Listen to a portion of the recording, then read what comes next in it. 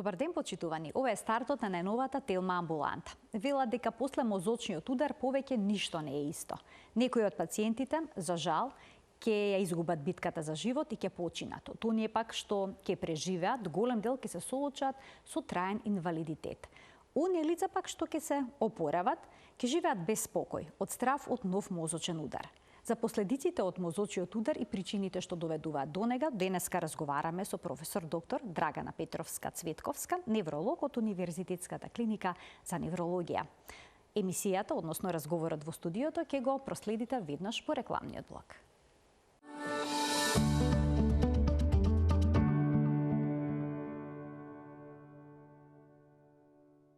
Во денешната телма амбуланта зборуваме за последиците од мозочниот удар и причините што доведуваат до него со професор доктор Драгана Петровска-Цветковска, невролог од Универзитетската клиника за неврологија. Професорке, добре ни дојдовте во студиото на телма и добар ден. Добар ден, добре ве најдов. Секогаш на моје огромно задоволство гостувам во вашата емисија. Навистина ми е драго. Велат дека мозочниот удар е водечка причина за смрт. И сега како изгледаат процентите? Колкав дел од оние што ќе се соочат со оваа болест ќе ја изгубат битката за живот? Колкав дел ќе преживеат и ќе закрепнат? Така, мозочниот удар е многу сериозна болест. Во однос на последиците е втора поред после кардиоваскуларните заболувања, односно срцевите инфаркти. Веднаш сме ние, меѓутоа сме водечки во однос на инвалидитетот кој што останува како последица после или доживеаниот мозочен удар. Сериозна болест која што навистина бара првично превенција, а тоа што значи? Значи дека треба генерално тоа е болест последица. Последица на недобро регулирани други заболувања, а како најчести заболувања кои што доведуваат до појава на мозочен удар се секако нерегулираниот крвен притисок, односно недобро контролираниот крвен притисок или неадекватно третираниот, шеќерната болест, односно дијабетот е како втора причина која што доведува до појава на мозочен удар, особено ако е долготраен и недобро контролиран, односно вредностите на шеќерот во текот на 24 часа во колку особено осцилира, е една од водечките причини за оштетување на крвните садови. Потоа ќе ги споменеме тука и други срцеви заболувања, како што е пореметениот срцев ритам, односно аритмијата, срцевата слабост, односно кардиомиопатијата. Тука се и други многу интернистички болести, како што е хроничната болест на белите дробови, бубрежната слабост и многу други причини. Колку време мозокот треба да биде без кислород, без доток на крв, за да дојде до негово трајно оштетување? Така, ние секогаш се водиме со слоганот времето е мозок, односно мозокот е време, затоа што нас буквално секоја секунда, секоја минута ни е драгоцена, за да можеме да спасиме што е можно поголема територија на мозочниот паренхим, односно на мозочното ткиво. Генерално мозокот е таква структура која што не трпи недостаток на кислород, односно недостаток на шеќер, како што да кажеме може да истрпат другите органи. И веќе во првите секунди после прекинувањето на крвотокот, односно прекинување на доток на крв до одредена регија на мозокот, таа веднаш почнува да изумира. Сега имаме време кога тоа оштетување може да биде реверзибилно, и тоа се првите 4,5 часа, кога воколку се возобнови циркулацијата, ќе имаме, да кажам, не толку дефинитивни оштетувања, веќе ако помине тоа време, оштетувањата ќе бидат иреверзибилни. И тоа е она време кое што ние во нашата фила невролошка го велиме време за борба за пенумбрата, односно зоната која што дополнително трпи оштетување. Она што ќе остане без крвоток, таа, да кажам, регијата дефинитивно изумира. Меѓутоа, настанува една каскада, едни многубројни процеси кои што едно по друго се надоврзуваат, воспалителни секако, оксидативен стрес и така натаму, кои што двојно ја зголемуваат оштетената зона. Што значи дека секоја секунда е важна и веднаш што се појават првите знаци за мозочен удар, треба да се интервенира и да се побара помош. Значи тоа е едно време кое што нели е составено од повеќе, како да кажам, целни реакции од страна на како на семејството, така и на медицинските тимови. Значи време од појава на симптомите до апликација на терапијата. Ќе збориме нели за адекватната терапија. Ќе проговориме детално. Бидејќи за жал се уште да кажам во нашата држава не се дава секаде, да не кажам во многу малку центри се аплицира терапијата, а тоа не води нели до последици. Не води Македонија да кажем на светска карта во однос на морталитетот во црвена зона. А мала држава сме, јас секогаш сум оптимиста, вечити оптимиста, мала држава сме и ако најголемата дистанца од град до град ни е 2,5 часа, мислам дека може секој човечки живот да биде спасен и секој човечки живот да има што е можно помалку трајна инвалидност. Колку време по првите симптоми треба да се даде овој лек за да се разложат тие тромби што направиле блокада всушност во мозокот? Да, само сакав да проговорам првично нели на чекорите кои што треба да се направат. Првично треба да се препознае од страна на семејството. Не секој мозочен удар лесно се препознава, но повеќето да. Значи одеднашка имаме променет лик, значи нашиот член од семејство потешко зборува, спуштање усниот агол, имаме слабост на раката на ногата или брутално настаната вртоглавица, неспретност, нели ќе се обиде да направи чекор, 2 паѓа на едната страна, пречки во голтањето. Значи во зависност од зоната каде настанал мозочниот удар има многу симптоми, меѓутоа еве нели да ги фатиме оние што се најголем број од пациенти да бидат препознаени, тоа се од каротидниот слив, од големата крвна жила на вратот. Тоа е фаст, да кажам, тестот или брзо преведен на македонски. Неколку прашања се, неколку работи треба да се воочат кај суспектниот член на семејството. Па да, ќе нели покаже ми ги забите, кога ќе развлече устата, забележуваме дека од едната страна имаме спуштен усен агол, нели фейс, асиметрија на лицето. Потоа подигни раката, подигни ги рацете.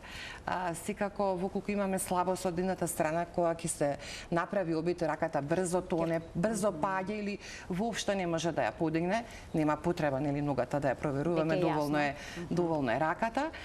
И потоа нели почнуваме било што да го прашаме, што ти е, како си, може да во колку воочиме дека имаме променет говор или воопшто не разбира или воопшто не може да продуцира било каков збор, апсолутно се 3 кардинални знаци кои што не водат во можна дијагноза дека се работи за мозочен удар и нели веднаш треба да се повика итна медицинска помош, не да се мати шеќер и вода, да се мерат притисоци, да се прави се што знаеме алтернативно, можеби да, ама веднаш треба да се повика итна медицинска помош, кое што нели од таму имаме лица кои што ќе не насочат како да постапиме и нормално итната медицинска помош е втората карика која што треба што е можно побрзо да го донесе пациентот до единица за третман на мозочни удари на ниво на Скопје, тоа ни се градска општа болница 8 септември, одличен тим и универзитетска клиника за неврологија, исто така одличен тим кој што брзо ќе направат проверка, а проверката е невролошки преглед, нели земаме крв за анализи што нам ни се потребни да ги имаме за да ја дадеме терапијата, една обична компјутеризирана томографија на мозокот и пациентот може да ја прими терапијата. Терапијата нели се дозира во зависност од килажата. Првично една доза даваме во болус, потоа тече за 1 час и за 1 час може да имаме човек кој што нели до пред час време бил плегичен, а сега да имаме човек со кој што можеме да зборуваме и кој што ќе има подвижност на раката и на ногата. Сето тоа, значи збориме од појавата на симптомите до апликацијата на терапијата е 4,5 часа. Тоа можеби вака изгледа долго, ама не е така долго, бидејќи нели треба. Не секогаш ќе се забележат веднаш симптомите. Може пациентот да спие. Тие ни се најпроблематични во светски рамки. Значи тоа се wake-up строкови или мозочни удари во сон. Меѓутоа, нели ние сме сепак терцијерно здравство, имаме можности и кај овие пациенти да ја дадеме терапијата, само што нели евалуацијата пред да се даде терапијата е малку поспецифична. Ни треба нуклеарна магнетна резонанца, ангиографија и може да се даде тромболиза и кај овие пациенти воколку процениме дека не надминало времето, или пак кај тие пациенти применуваме друг тип на интервенција. Тоа е радиолошка интервенција, работат нашите неврорадиолози, кога со катетер од преку феморалната артерија се влегува во мозочниот крвен сад каде што имаме згрушок и механички се отстранува и нели имаме потполна реканализација. И такви ги третираме. Значи, тие пациенти, да кажеме, како време на појава на симптомите е кога легнал да спие или кога последен пат направил комуникација со член од семејството. Голем дел од лицата кои што преживеале мозочен удар ќе се соочат со траен инвалидитет. Некои од нив ќе се опорават, но повторно живеат во страв од повторен мозочен удар. Денес ќе разгледаме некои од најчестите последици на мозочниот удар, како ти изгледаат и колку време е потребно, доколку е можно да се надминат. Еве ќе го погледнеме телопот предвиден во денешната емисија, во кој што издвоивме ние некои од најчестите последици. Вели: слабост на екстремитетите и проблем со рамнотежата, проблем со говорот и видот, болен синдром, потоа заборавеност, повторен мозочен удар, анксиозност. Ќе започнеме редоследно. Веќе споменавте дека еден од главните симптоми е промена на подвижноста на екстремитетите или пак аголот на устата се спушта и слично. Дали секогаш тоа нагло се случува? Како изгледа? Па да, генерално нагло се случува или пак може да имаме мозочни удари кои што се развиваат. Значи, секако ќе имаме некаква пречка, дали ќе биде, да кажам, не толку евидентни пречки со говорот или полесна слабост, која што може низ саатите да еволуира во поназначена слабост, во парализа целосна во може, комплетна парализа или нагло нели да настане во колку е згрушокот покренат во поголема гранка од крвните садови што го хранат мозокот, нагло нели да настане комплетна одземеност и комплетен губиток на говор. Секогаш е одземена едната страна на телото? Па да, секогаш е одземена, да, секогаш е едната половина. Во колку имаме од двете страни, тогаш нели ќе се не станува збор за мозочен удар. Не секогаш е одземеност, значи може да биде и неспретност, која што ќе биде надополнета и со нестабилност во одењето. Губење на рамнотежа? Губење на рамнотежа, да, нестабилност во одењето и губиток на рамнотежа, секогаш во една страна, да кажеме, паѓа пациентот и тоа воколку тоа се најчесто кај маломозочните мозочни удари и пациентот паѓа на страната на оштетувањето на малиот мозок, за разлика од хемипарезите и хемиплегиите кои што се секогаш контралатерални заради анатомско вкрстосување на моторните патишта или пирамидни патишта ги нарекуваме. Доколку има слабост на едната страна од телото, што се случува со мускулатурата?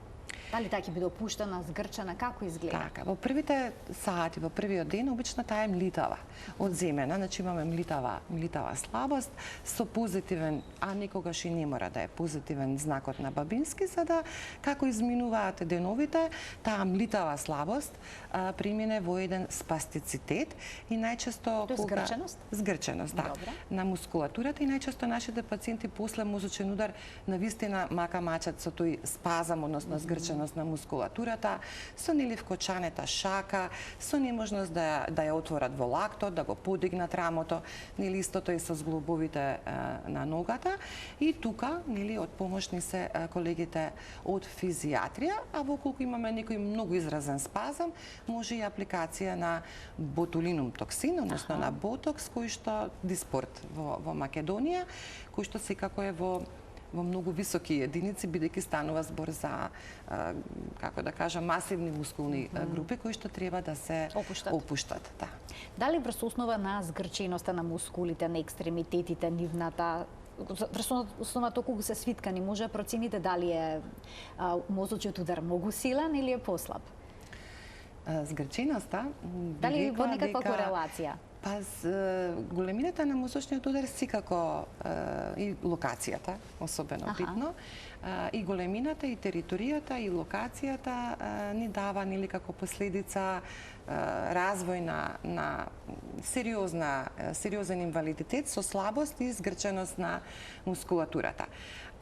Искрено, ова, да кажем, опоравување многу зависи од тоа кога ќе се почне со рехабилитација. Не треба да се одложува актот. Ние со рана рехабилитација почнуваме уште за време на хоспитализацијата. Ја почнуваме првично секако за да не развие пациентот длабока венска тромбоза и покренување на тромби кои што дополнително ќе ја влошат состојбата кај пациентот, и второ, нели, за да го превенираме развојот токму на тој спастицитет, односно згрченост на мускулатурата.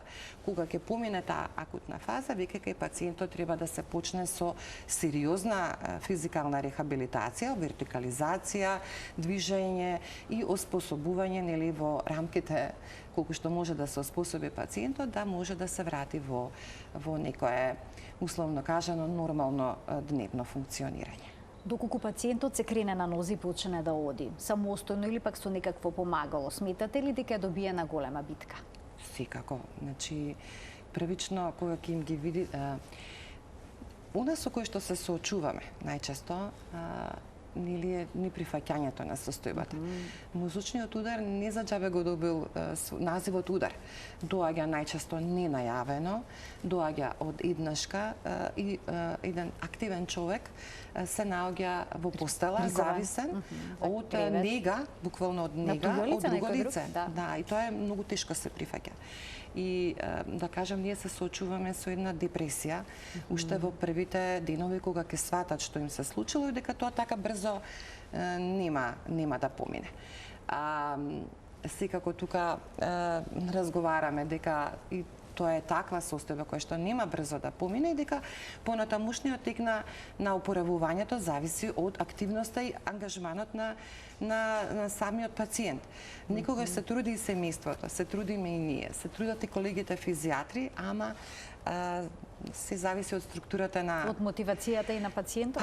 Да, мотивација мора да има. Значи, секако ќе биде подобар од состојбата во која што е, ако е поактивен, и кога ќе им ја видите на контрола на смевката, кога ги направиле првите чекурчења или нели првите можности за исхрана со раката, они уште толку се мотивираат и нели низ месеците што минуваат, бидејќи во првата година на вистина многу чести контроли имаме, скоро секој месец, потоа проречуваат, пациентот е веќе, да кажеме, со помал ризик од повторен мозочен удар, веќе, нели, што ми беше муабетот, што сакам да кажам?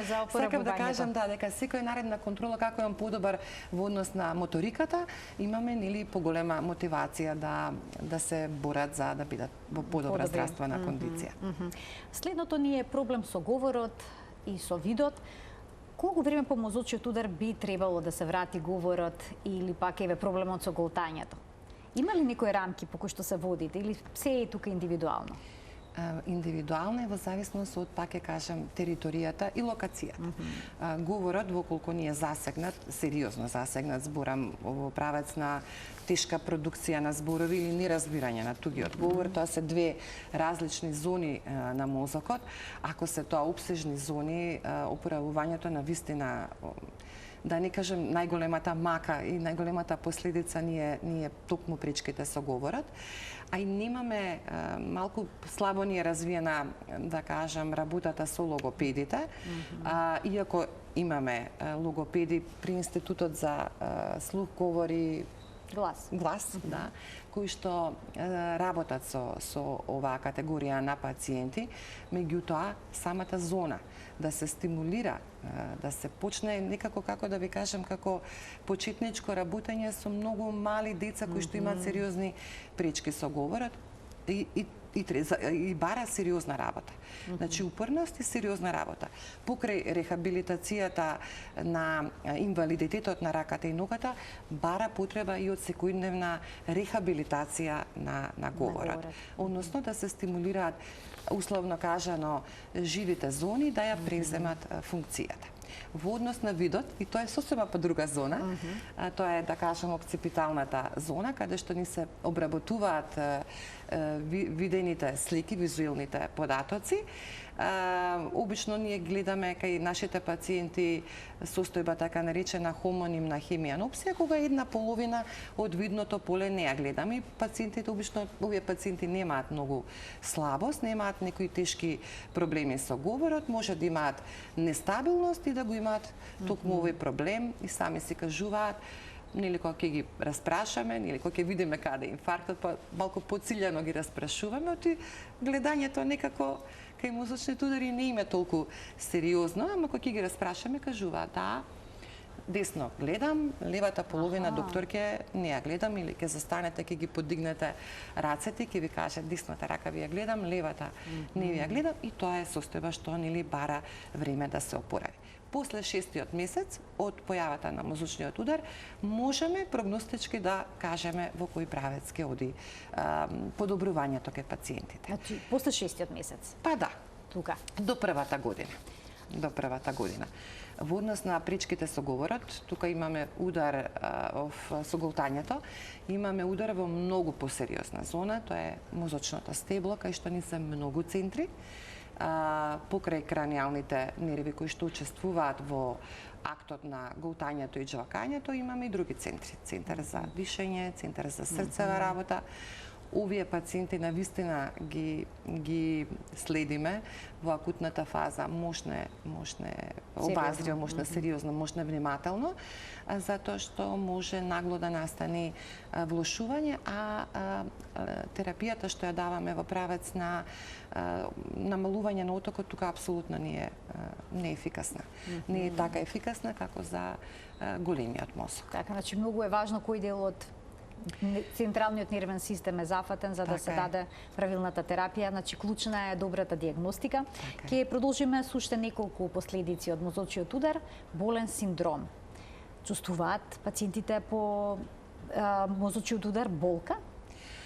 Ако збориме за оној баш лош болен синдром кој што ги имаат или таламична хиперпатија, тоа е една континуирана чувствена болка, која што се јавува, да, колку имаме во една зона во таламусот мозочен удар, и тоа е навистина еден сериозен предизвик за секој невролог пациентот да го обезболи, затоа што треба да обезболуваме централно, значи треба да обезболуваме на ниво на зони во мозокот.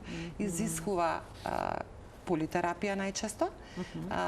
Тоа политерапија со неколку антиепилептици, антиконвулзиви, тоа се лекови кои што покрај тоа што се даваат за лекување на епилепсија, се даваат и за лекување на ваков хроничен болен синдром. Силна е болката? Да, силна и постојана. Постојана. Да, силна и постојана, и баш им смета. Мислам, реагираат, нели, нема толку да реагира за слабоста, колку што ќе реагира за болниот синдром кој што ги истоштува. Доколку пациентот има нарушување? Замислена завод да не боли дење ноќе со месеци, тоа е истоштувачка состојба. А доколку пациентот има нарушен говор и не може да каже, може ли оваа состојба да се превиди? Во таламичните обично немаме засегање на говорот, ќе имаме одземеност, меѓутоа нема да имаме толку засегање на говорот. Ако имаме засегање на говорот, тогаш е стварно обсежна зона каде што пациентот ќе ни биде вон комуникација и нема да ни ја даде како симптом болката. Значи, релативно комплицирано е да се обезболат овие пациенти. Да, може ли да представува титрација на лекови, бара една упорност додека не се доведе во ситуација едноставно болката да не се презентира како болка во мозокот. А може ли да представува проблем за почетокот на рехабилитацијата? Веќе споминавте дека таа треба да почне што порано. Може да биде, да, и затоа работиме како тим. Ние имаме одлична соработка со колегите од физијатрија и они одлично ја познаваат неврологијата, некогаш дури не бараат помош од нас за да почнат да ги третираат ваквите синдроми, некогаш ќе побараат помош и секако се е целта пациентот да има подобрување во однос на невролошките симптоми. Одиме сега, одиме со следниот телопс, да разгледаме уште неколку последици од мозочниот удар. Вели заборавеност. Веќе споменавте дека дел од пациентите се конфузни, не можат да разберат што им се говори, но можат ли да почнат и да забораваат, да не се сеќаваат што им се случило, постојано да им објаснувате дека имале мозочен удар и едноставно тие да не можат да запаметат? Они секако ќе запаметат, нели? Они се соочуваат со една инвалидност, се соочуваат со една комплетна промена на животот, значи од животен стил, од начин на кој што се хранеле, од активности кои што најчесто биле сведени на ништо. Имаат сега сосема комплетно поинаква структура на дневно-нокното живење. И да, постои секако страв дека состојбата ќе се повтори, значи имаме соочување со една состојба на анксиозност и депресија. Но начнавме една мощна интересна тема, која што мислам дека е мощна, битна и добро е вака да се чуе кај населението. Работејќи на инвалидноста, се заборава следењето на состојбата на појава на така наречена васкуларна деменција. Таа не е така малку застапена. Што васкуларна деменција? Па самиот збор васкуларна, крвни садови, нели? Значи деменција поврзана со крвните садови? Со протокот, да, со циркулацијата на мозокот. Ја гледаме кај мозочните удари и треба да се прави евалуација веќе после третиот, шестиот месец после мозочниот удар. Значи се јавува неколку месеци по мозочниот удар, не веднаш? Се јавува, да, се развива. Треба време. Треба време. Се јавува обично неколку до половина година од појавата на мозочниот удар и за разлика од Алцхајмеровата деменција, освен што имаме нели органско страдање, односно страдање во правец на лоши крвни садови, нарушена циркулација, имаме една втора работа за која што да кажем ја отврла, ја разграничува од Алцхајмеровата болест, што овдека многу брзо прогресивно се развива деменцијата. Како ја проценуваме? Ја проценуваме нели со разговор. Ние како невролози можеме од време на време да им поставиме прости да кажам тестови. Ние сме терцијно здравство, ние ги носиме пациентите кај психолози каде што се прават малку пософистицирани тестови се со цел да ја фатиме додека е во рана фаза или пак во средно тешка фаза на развој на васкуларна деменција, за да почнеме брзо да третираме. Специјален лек нема, меѓутоа можеме да ја успориме прогресијата на болеста. За разлика од Алцхајмеровата болест каде што е до 10-та година, овдека е двојно скратена. Значи до 5-та година можеме да имаме сериозно дементен пациент. Важно ли е кој дел од мозокот претрпел мозочен удар за да се јави ваков тип на васкуларна деменција или секој пациент со мозочен удар има ваков ризик? Ама да не ги заборавиме и пациентите кои што условно кажано немале мозочни удари, тие се оние пациенти кои што имаат silent stroke, кои што имаат болести на малите крвни садови, имаме микропромени низ мозокот кои што нели не доставиле слабост, не знам, секвела некаква, а одеднаш имаме пациент со деменција и се чудиме од каде дошла оваа деменција. Кога ќе направиме нуклеарна магнетна резонанција, кога ќе видиме мозок со мал милион ситни промени, апсолутно нели размислуваме во правец на васкуларна деменција. Што порано се фати, толку ќе имаме нели почне навремено да се третира, ќе имаме пролонгирање на пациент кој што нели нема да знае основни работи, да се исхранува, да обавува физиолошки потреби, кој што нели може да биде дури опасен по себе, знаат да залутаат, да се изгубат, да ги најдеме онака како што ги наоѓаме. Сакам да споменам кај овие пациенти дека можат и општите доктори, нели, ако немаме толку чести контроли, да направат едноставен тест. Да се даде на пациентот со часовник тест? Па часовникот или 3 зборчиња да дадете. Најчесто користиме човек капа врата, му давате доволно време да меморира, ќе му кажете запамети го, повтори си колку ти треба во главата и ќе го дефокусираме. Значи продолжуваме да зборуваме за неговата хипертензија, диабет и така натаму. И после 5 минути кога ќе се вратиме на прашањето што запамети од трите зборчиња, имаме самиот он ќе се изненади колку не може да запамети три едноставни зборови кои што дури се асоцирани. Човек, капа и врата. И тестот на часовникот исто едноставен тест, ќе се нацрта кругче, ќе се стави точка, ќе му кажете например 11:10 или 10 до 2 и треба да ги постави стрелките и тука лесно можеме да процениме дека кај пациентот имаме когнитивни страдања. Каде се главните страдања? Меморија, значи запаметување на свежи содржини. Они може да ни раскажуваат пред 20 години до детали, а не се сеќаваат на нешто што се случило вчера, завчера, пред една недела, во однос на организација, во однос на планирање, во однос на расудување, бихевиорални, одеднашка се менуваат карактерно од луѓе кои што биле весели, кои што сакале да комуницираат, стануваат интровертни, бегаат од комуникација, бегаат од излегување, релацијата, да кажеме, до продавница која што секој ден се оди, одеднашка може да стане непозната, да се изгубат во простор што им е многу добро познат.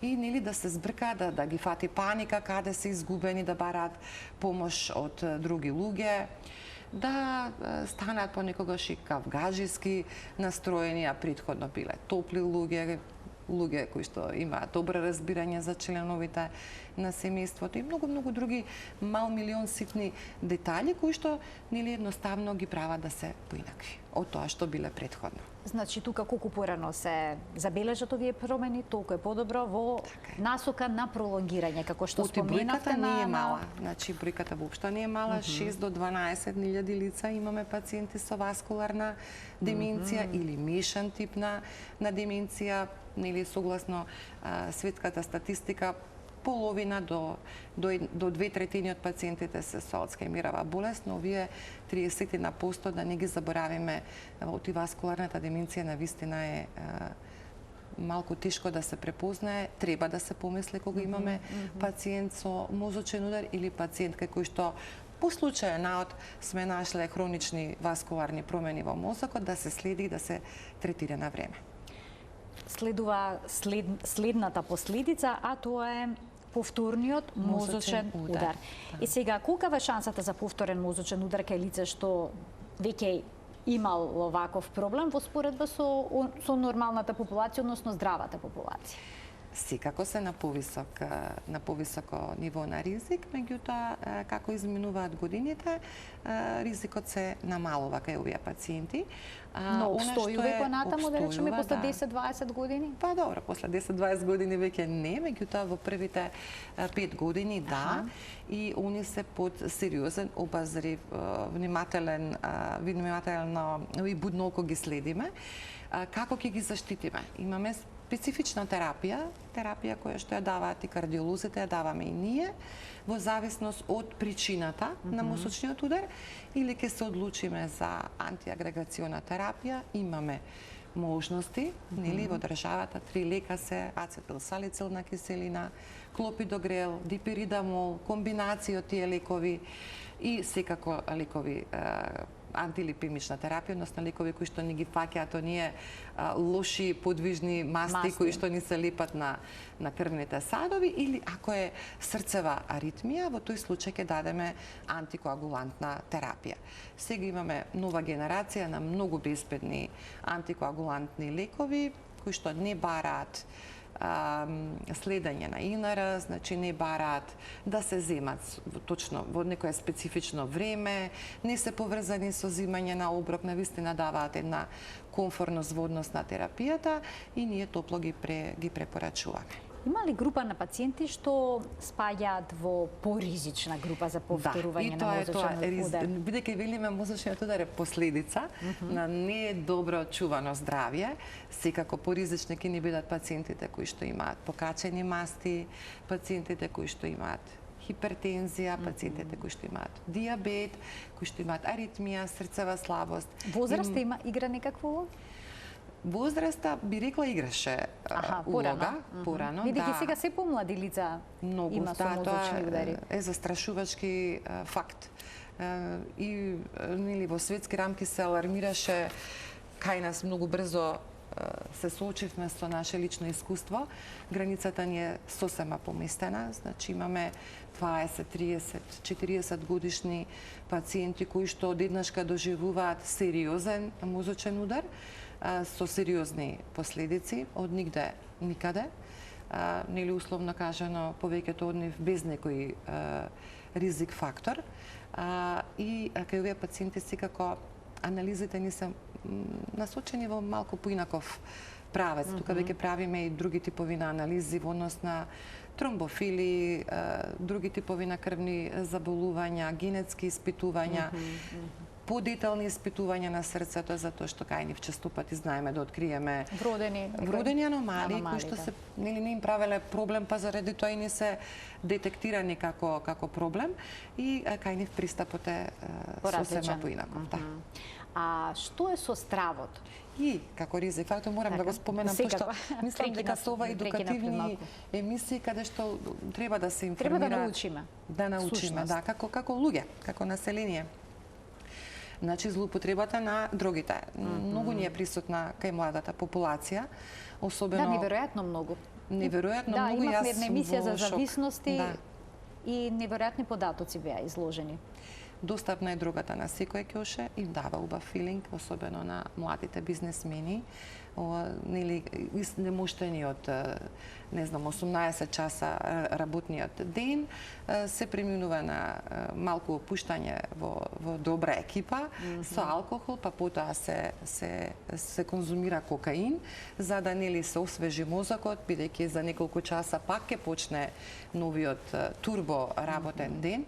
Апсолутно таквите млади, нели, се кажав бизнесмени, ама млади луѓе, независно дали се жени и мажи, апсолутно ги воведува во еден сериозен ризик од добивање на мозочен удар. Алкохолот, стресот, цигарите, некако... Сето тоа што е Па да, некако мислевме дека... Во секојдневното обкружување, алкохол, цигари... Многу страшни комбинации, да. Неспиење. И сонот ни е многу битен. Одморот на нервното ткиво. Колку часа сон ни се потребни? Важно ли е тоа колку ќе спиеме? Па на наши години, да, 6 до 8 часа. 6 часа, да мислам дека е доволно. Не, колку си помлад повеќе, како стариеме помалку, заради тоа што помалку се троши енергија, но да, ние сме се уште во 6 до 8 часа активен сон. А има ли вистина дека продолжениот сон понекогаш представува ризик фактор за мозочен удар? Точно. Да, и за појава на главоболка, и за активирање на мигрена, и за појава на мозочен удар, да, и предолгото спиење, кој што најчесто е провоцирано, би рекла, со психијатриски лекови, и тоа е секако недобро. Не е добро да се спие, може да е ризик за мозочен удар.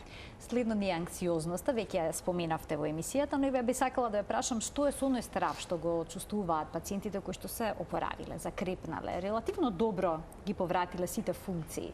Но сепак во нив тлее стравот од повторен мозочен удар. Може ли тоа да ги доведе до анксиозност, да почнат да тонат? Сте сретнали ли такви примери? Да, во секојдневната пракса, скоро кај секој пациент. Тука е таа релација, таа интеракција помеѓу пациент и доктор. Не е само да му ги дадеме апчињата, нели условно кажано, и да му кажеме, од сега нема да пушиш, нема да пиеш, нели си го буквално и шокирал дека треба сосема поинаку да живее, него и она подкрепа, психолошка подкрепа, која што мораме да му ја дадеме. Таа интеракција е работа што нели изискува малку поголема топлина во душата на докторот. Нормално, ако му дадете сигурност да ви верува дека тоа се ќе помине и дека нема да се повтори, и дека сме ние тука постојано во комуникација да ги надминеме сите пречки што ќе се појават, апсолутно ги опушта пациентите, ни веруваат и секако нема да имаме потреба од мал милион дополнителни лекчиња за да можеме да им го потиснеме тој страв. Стравот постои, стравот мора да го имаме сите. Да, тој и е корисен на моменти, апсолутно. Така е. Затоа што но да не е претеран. Да, не е, тоа е веќе да, сосема друг правец ќе отидеме со размислувањето. Значи ние старееме со самото раѓање и тоа е опишано во литературата дека крвните садови почнуваат да стареат од моментот кога сме ние бебиња. Како ќе се ги сочуваме таков живот ќе имаме. И затоа постојано нашите кампањи се во правец на превенција. Значи, мора да се живее здраво. Пешачење мора да има. Не мора да се тоа кардиовежби. Значи, нека биде пешачење. Обична прошетка. Обична прошетка. Значи, мозокот малце ќе се го ослободиме од мислите. И од стресот, ќе се смириме. Така е, така е. Им ќе подишеме малку чист воздух, им ќе се направиме некој нормален муабет, или со друштвото кое што со нас, или сами со себе, најбитно. Сами со себе, да се избегнува масна храна. Кога мислат луѓето на масна храна, мислат на оние грниња тави, не. Чикашкавалите, сирењата, тоа е се преполно со масти, саламите, значи наши смртни непријатели, да биде здрава, збогатена со медитеранска диета, нека биде. Медитеранската исхрана била дека многу блиска до македонската кујна. Не треба големи адаптации да се прават. Ние сме златна држава. Нас Бог ни дал се. Имаме и овошки, имаме и зеленчук, достапни во секоја годишно време, нели, ако не биле овошките од типот на навистина имаме, почнувајќи од пролета до зимата. Тиквата ние да кажеме во зимата, ќе кажеме немаме овошки, имаме. Не мора да се купуваат донесени од некаде, да го користиме тоа што го имаме. Од нашето поднебје. Од нашето поднебје. Урдата нека биде застапена на место сирењата, кашкавалите. Јас велам секое месо треба да биде, имаме многу вегетаријанци, имаме многу вегани, меѓутоа и месото ни треба. Ние сме сепак луѓе, предатори, потекнуваме од некакви предаторски корени. Еволутивно всушност го носиме тоа во себе. Еволутивно го носиме. Да не биде премногу. Че од месото секако препорачуваме риба, а имаме риба. Ако немаме морска, имаме речна риба која што е навистина и езерска. И езерска, така е, која што е навистина здрава и треба да биде застапена во нашиот како се јеловник македонски, во нашите оброци, на нашето мени, да. На нашето пак странски значи, збор. Да се вратиме наназад кон она што го живеевме, со еден семен ручек, ручек, салата, така и здрав десерт, овошката. Така. Јас ви благодарам многу за вашето денешно гостување, за убавите детални објаснувања поврзани со мозочниот удар, начинот на кој што може да се јави, кои се причините за него, но и последиците. Мислам дека не разбудивте и во однос на оние работи што секојдневно ги правиме и каде што грешиме, откако ги разгледавме убаво последиците од мозочниот удар.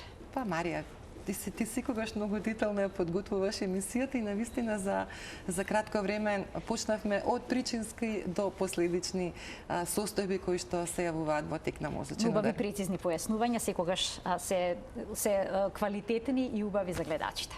Ви благодарам, професорки, уште еднаш за вашето гостување. Благодарам на поканата. Почитувани, тука ја завршуваме денешната Телма амбуланта. Ви благодарам за вниманието со кое што денеска не следевте. Ви посакувам пријатен ден.